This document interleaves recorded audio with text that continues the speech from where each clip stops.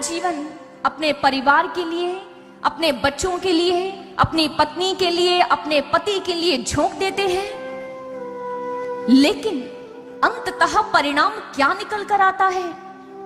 एक माँ है, अपने नन्हे से बच्चे को दुलार देती है, प्रेम देती है, उसके गीले बिछोने पर खुद सोती है, लेकिन उसे सूखा बिछोना देती है, पालन करती है, पोषण करती है, उसे भोजन देती है, लेकिन खुद भूखी रह जाती है। लेकिन जब वही बच्चा बड़ा होता है, तब क्या होता है?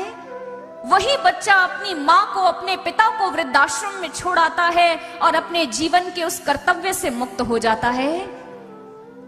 सज्जनों, ये केवल मात्र एक उदाहरण है।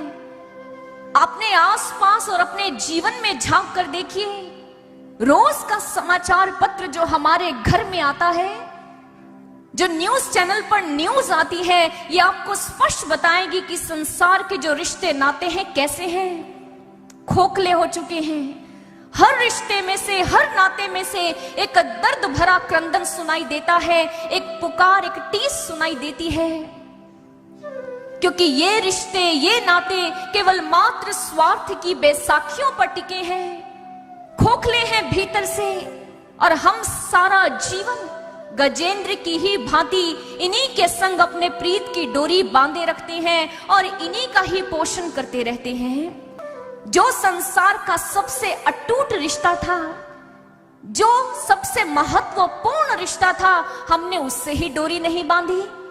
वो रिश्ता कौन सा है? वो रिश्ता है परमात्मा का, वो रिश्ता है प्रभु का। अगर प्रेम करना है, प्रीत की डोरी बांधनी है, तो बांधिए प्रभु के श्री चरणों से। देखिएगा फिर जीवन में कितना आनंद आता है। देखिए गोस्वामी तुलसीदास जी का जीवन। एक साधारण से तुलसीदास थे, अपनी पत्नी के प्रेम में डूबे हुए थे और सारे संसार के लिए उपहास का विषय बने हुए थे।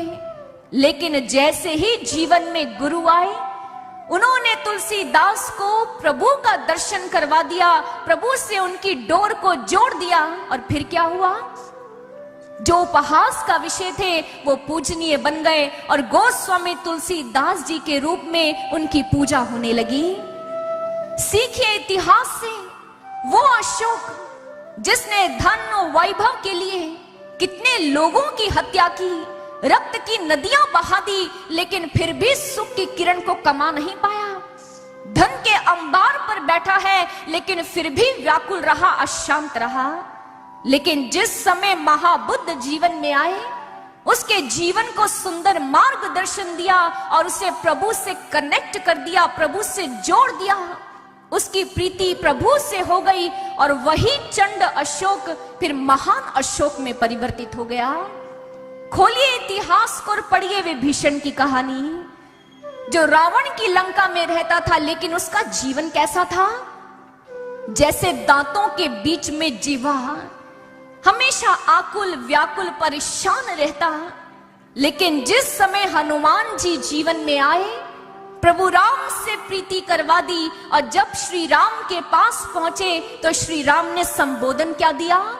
लंकाधिपति।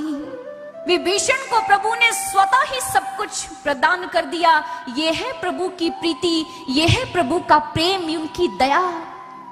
सज्जनों, हम ऐसा नहीं कह रहे कि आप अपने संसार के रिश्ते नातों से मुख मोड़ लो, नहीं सज्जनों, लेकिन साथ ही साथ हम ये कहना चाहते हैं, इन रिश्ते नातों को भी निभाओ, लेकिन जो सबसे अटूट रिश्ता है उसका स्वाद भी तो चख लो। जो प्रभु अपनी दोनों भुजाएं फैलाकर हमारा आलिंगन करने के लिए तैयार खड़ा है, जरा जाकर उसके हृदय से भी लग जाओ।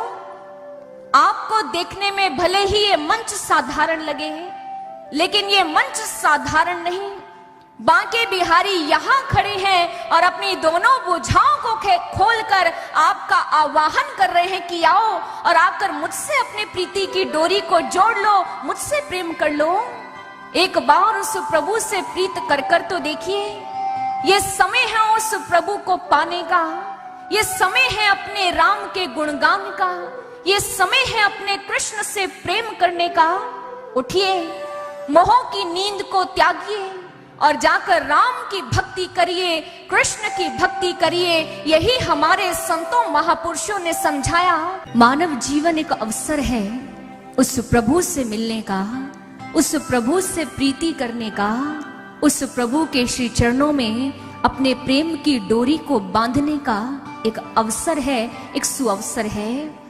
सज्जनों, कहीं यह मत सोचिएगा कि संपूर्ण जीवन हम इस संसार में बिता देते हैं, जब अंतिम समय आएगा तो हम प्रभु को याद कर लेंगे और प्रभु के चरणों से अपनी प्रीति की डोरी को बांध देंगे। अगर मन के अंदर ऐसा प्रश्न है, अगर मन के अंदर ऐसी भावना है, तो इस भावना को निकाल दीजिए, क्योंकि अंतिम समय आप जिस कार्य को करना चाहते हैं उसे कर नहीं पाते, क्योंकि उस समय एक्शन लेने का समय खत्म हो चुका होता है।